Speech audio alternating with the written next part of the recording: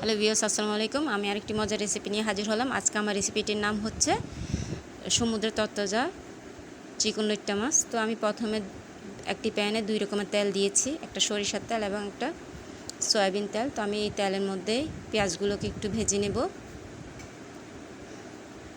বেশি ভাজার প্রয়োজন নেই। তো এখানে আমি এই সামান্য ভাজার মধ্যেই আমি একে টমেটো কুচি, স্বাদ মতো লবণ, 1 চা চামচ হলুদের গুঁড়া, 1 চা চামচ মরিচের গুঁড়া, সামান্য পানি কষানোর জন্য দিচ্ছি। এখন যেহেতু গরম বেশি পড়তেছে আর এই মাছটা কিন্তু এই সিজনে খুবই কম পাওয়া যায়, ভাগ্যে থাকলে পাওয়া যায়। তো আমি পেয়েছি, রান্না করতেছি, তো ভাবলাম আপনাদের সাথে সবার সাথে শেয়ার করি।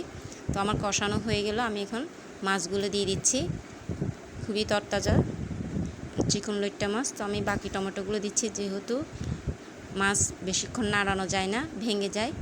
তো আমি কয়েকটা কাঁচামরিচও ভেঙে দিয়েছি। তো দেখতে পাচ্ছেন আমার মাছগুলো কিন্তু রান্না হয়ে গেল। আর লইট্টা মাছ রান্না করতে কিন্তু বেশিক্ষণ সময় লাগে না।